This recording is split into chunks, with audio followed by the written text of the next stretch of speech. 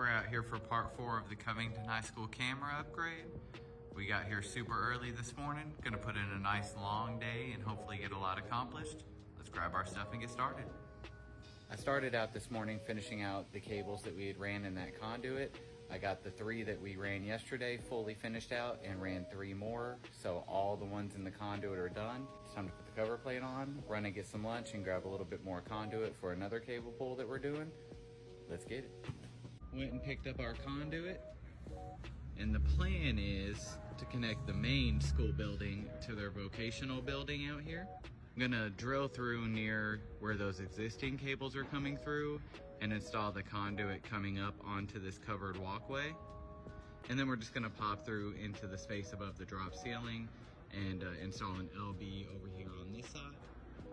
I'll go ahead and get everything set up and let's get started.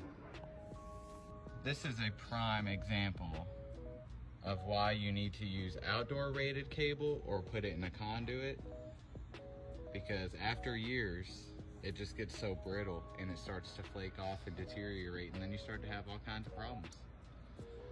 On a side note, they already have a low voltage conduit here, but at some point it was unhooked, I guess. I'm not really for sure why, so I'm gonna look into that and see what they want me to do and then proceed from there. So I did a little digging and it turns out this existing conduit that has actually been separated, this is their fiber connection feeding from their main data room out here to their IDF in the vocation building. Oof, that's not good.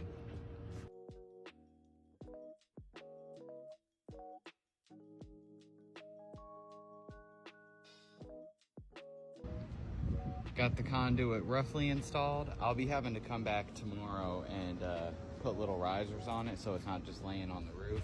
But I wanted to go ahead and get it roughed in. So now I'll head inside and start pulling the cable. I fed my fish tape into the LB up there on the roof, and I had to cut an access hole to be able to reach up there and grab it, because this actually has 2 layers of sheetrock that they used for soundproofing back when they built this. So I had to make a penetration through that in order to get up there and reach them.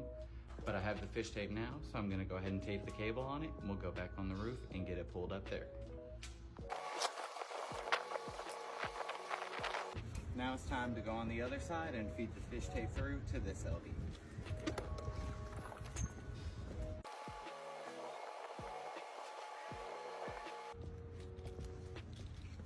And now we pull.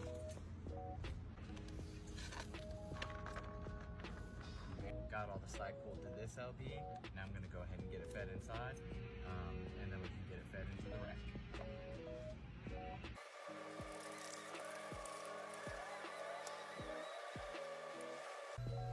Here's the rack that we're gonna be aiming for. Now to head into their attic space and get it ran down. Ooh, a penny. It's on tails, that's supposedly bad luck, right? Good thing I don't believe in that stuff, but I am 1 cent richer.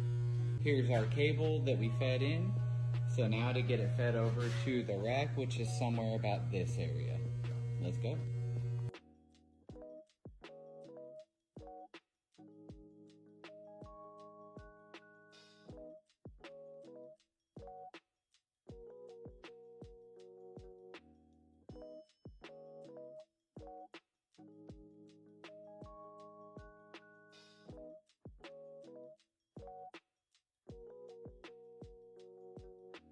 So this is the patch panel they provide me with for this job. It's a loaded 110 punch down patch panel. This is honestly my least favorite patch panel to work with.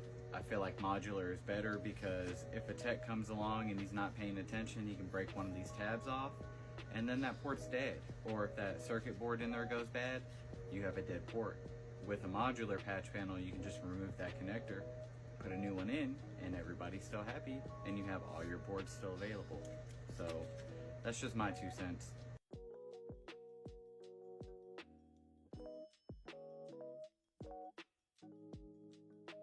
Even though they're my least favorite patch panel, I'd like to think I'm still pretty good at them.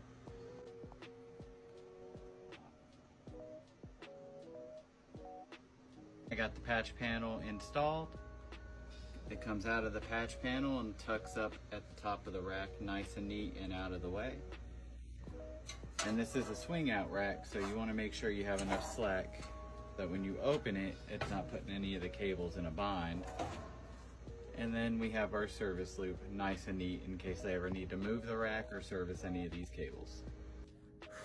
All right, it's been a long day. It's currently 8:15. I've been at this since about 5:30 this morning, so it's been a very long day.